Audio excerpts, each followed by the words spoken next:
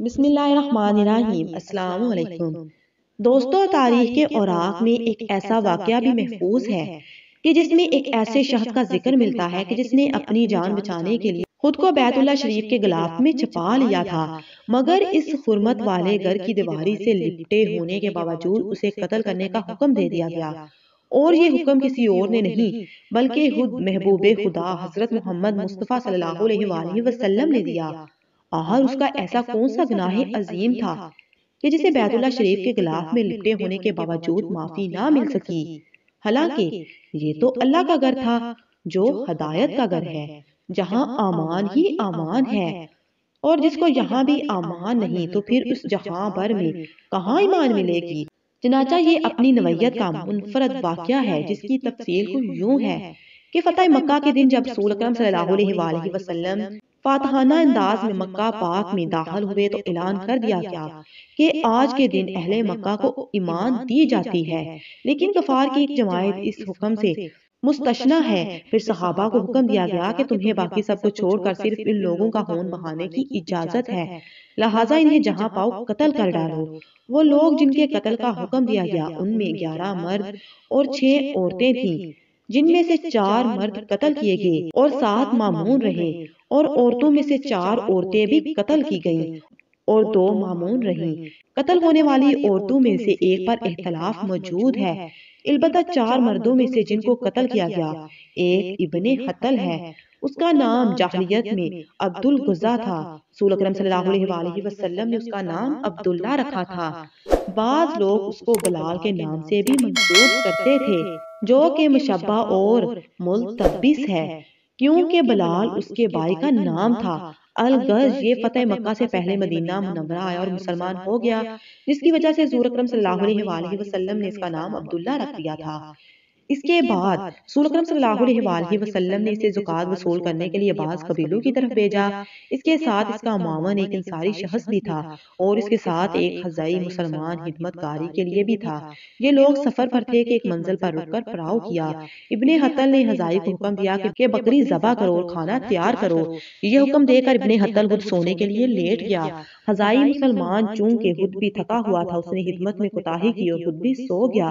کچھ دیر بعد جب ابن حطل اٹھا تو اس نے دیکھا کہ خزائی نے نہ تو کوئی بکری ذبح کی ہے اور نہ ہی کھانا تیار کیا ہے۔ یہ دیکھ کر ابن حطل کو غصہ آیا اور خزائی کو مارنا پیٹنا شروع کر دیا، یہاں تک کہ خزائی مسلمان کو قتل کر کے چھوڑا۔ قتل کرنے کے بعد ابن حطل کا غصہ اترا تو سوچنے لگا، یہ میں نے کیا کر دیا؟ اب میں مدینہ واپس لوٹا تو یقیناً رسول اکرم صلی اللہ علیہ وآلہ وسلم مجھ سے قصاص طلب کریں گے۔ بلاہر وہ اس ڈر سے مرتد ہو گیا اور صدقہ کے تمام جانور اور مال متاع لے کر اہل مکہ کے کافروں سے جا ملا۔ ابن حطل ان سے کہنے لگا، میں نے تمہارے دین کو محمد صلی اللہ علیہ وآلہ وسلم کے دین سے بہتر پایا ہے، لہٰذا میری مسلمان ہونے کی غلطی کو معاف کرو اور مجھے اپنی گروہ میں دوبارہ قبول کر لو۔ اہل قریش تو پہلے ہی ایسے لوگوں کے لیے اپنا دامن پھیلائے پھرتے تھے، چنانچہ یہ معلوم اہل قریش کے ہاں پناہ لے کر وہیں آباد ہو گیا اور اسلام کے خلاف ہر زائد سرائی اور مسلمانوں کے اذیتیں دینے میں مزید دلیری دکھانے لگا۔ اس کی 2 باندیاں تھیں جس کے ناموں میں اختلاف آیا ہے۔ یہ دونوں ابن حطل کو خوش کرنے کے لیے اس کے سامنے حضور اکرم صلی اللہ علیہ وآلہ وسلم کی شان میں بد کلامی کیا کرتی تھی۔ کچھ عرصہ یہ مرتد اور مردود اپنی روش پر قائم رہا، لیکن اس کے لیے یہ خوشی کی بہاریں زیادہ دیر قائم نہ رہ سکیں۔ کچھ عرصہ بعد جب رسول اکرم صلی اللہ علیہ وآلہ وسلم فاتح مکہ کے طور پر مکہ میں داخل ہوئے تو ابن حطل اس وقت مکہ میں ہی موجود تھا۔ اسے بھاگنے کا موقع نہ مل سکا تو ڈر کے مارے بیت اللہ شریف کے غلاف میں چھپ گیا۔ رسول اکرم صلی اللہ علیہ وآلہ وسلم جس وقت طواف فرما رہے تھے تو یہ معلوم کعبہ معظمہ کے غلاف میں چھپا ہوا تھا۔ اچانک ایک صحابی کو غلاف ہلتا نظر آیا تو ان کی نظر اس پر پڑ گئی۔ انہوں نے فوراً حضور اکرم صلی اللہ علیہ وآلہ وسلم کو ابن حطل کے بارے میں آگاہ کیا۔ حضور صلی اللہ علیہ وآلہ وسلم نے فرمایا، بے شک یہ کعبہ کے غلاف میں ہی کیوں نہ چھپا ہوا ہو، اسے جہاں دیکھو قتل کر دو۔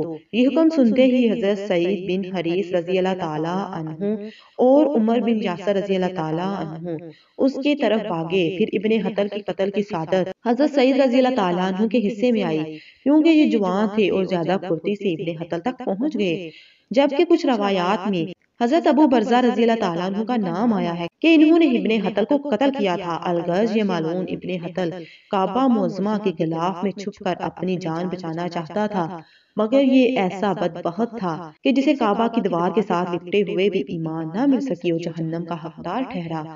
دعا ہے اللہ پاک مجھے اور آپ کو تحیات دامنی اسلام سے لپٹے رہنے کی توفیق عطا فرمائے، آمین ثم آمین۔